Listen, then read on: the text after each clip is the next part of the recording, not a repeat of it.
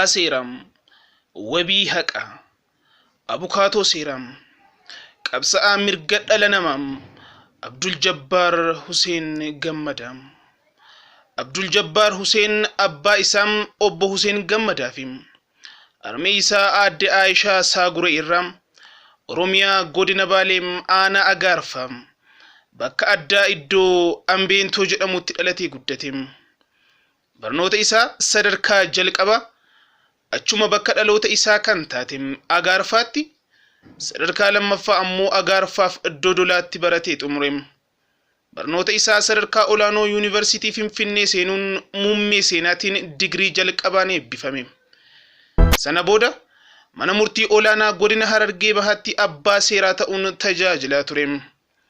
Abduljabbaar Huseen bara 2001 haga bara 2004 instituushinii seeraatti leenjisummaan tajaajilaas nama turedha.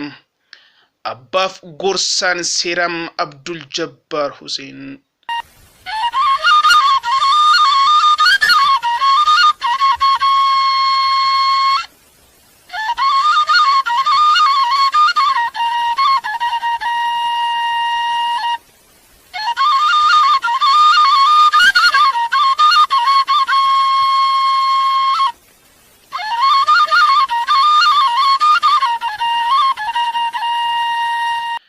Abduljabbaar Huseen nama qabbanaa gaafa dubbatu usuutodha. Yeroo baay'ee maatiif waa hillootan isaa biratti callisuudhaan kan beekamu yoo ta'u, nama jaalalaa abbaa ulfinaati. Abduljabbaar Huseen abbaa dhugaati. Nama haqaaf kaanaan deebi'ee gad hin teenye. Abduljabbaar hayyuu jabaa keessattuu dandeettiin beekumsa siyaasaa isaa ol aanaa ta'edha. Nama dhugaan biratti hin goobanne. Abbaa haqa isa mirga ilmaan namaatiif kufee ka'e falmu. Leenca gaafa dubbatus ta'ee gaafa godhu ciminaaf bilchinaan fiixa baasum. Qaxalee sodaaf sossobbiif dorsisaaf gowwomsaaf gurraan qabne. Abduljabbaar Huseen direewwan hojii irratti bobba'ee dalagaa ture mara keessatti nama dalagaa isaatiif kabaja guddaa qabu. Waan godhu mara dhugaa irra dhaabbatee godhu. Seera bilisaatti nama amanuudha. Kanumaaf kan inni bu'aa abbaa seerummaatiin tajaajiluu irra taree nuffe dadhabee osoo hin jenne abbootii seeraa biroollee leenjisaas kan inni ture. Nama haqni akka ukkaamamee hin dhokanneef dhama'u abukaatoo Abduljabbaar Huseen.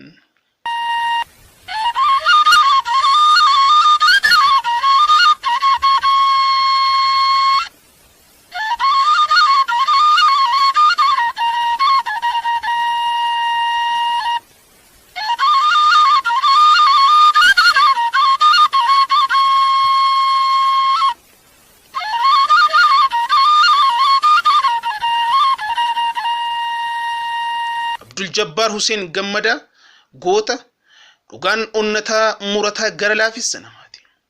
Abduljabbaar beekaa beekumsa barateen osoo of hin qusatin biyya har'a dhiyaana isa godhatte kana tajaajilaa turedha.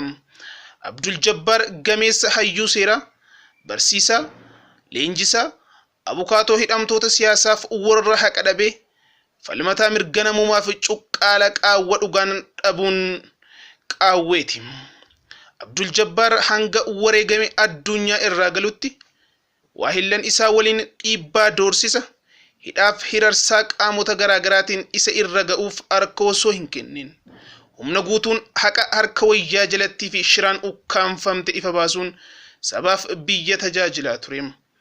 Abduljabbaar dhugaa jallate yoo arge saba isaa Oromoof mitiiti isaan kaaniifuu abukaatoo ta'ee falmee dhugaa isaanii qaccee qabee qotee baasaa ture.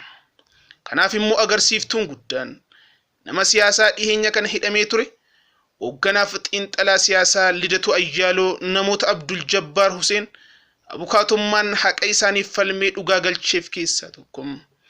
Hayyuun kun yeroo dheeraaf hayyuulee siyaasa Oromoo kanneen akka Jawaar Mohammad, Baqqalaa Garbaa, Hamzaa Booranaa dabalatee qaaliiwwan dhugaa lammichaatiif hidhamaniif gurmuu abukaatota dhaabbate keessattis ta'ee akka dhuunfaatti dhugaa isaaniitiif nama halkaniif guyyaa of laatee hojjetaa turedha. Abduljabbaar Huseen Gammadaa.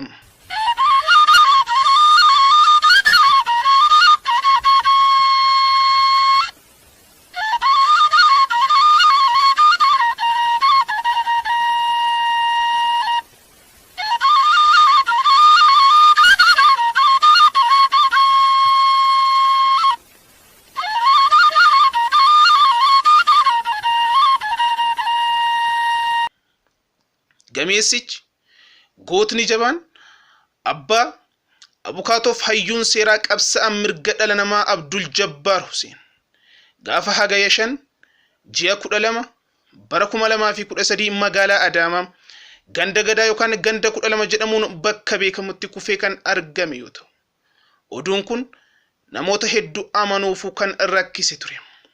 Mirgi ilmaan nama maraa wal qixaan akka kabajamuuf dhugaan akka hin dabneef umurii isaa guutuu hojjechaa kan ture Abduljabbaar nagaan manaa gadi bahee waraabessa hin beekneen nyaatame.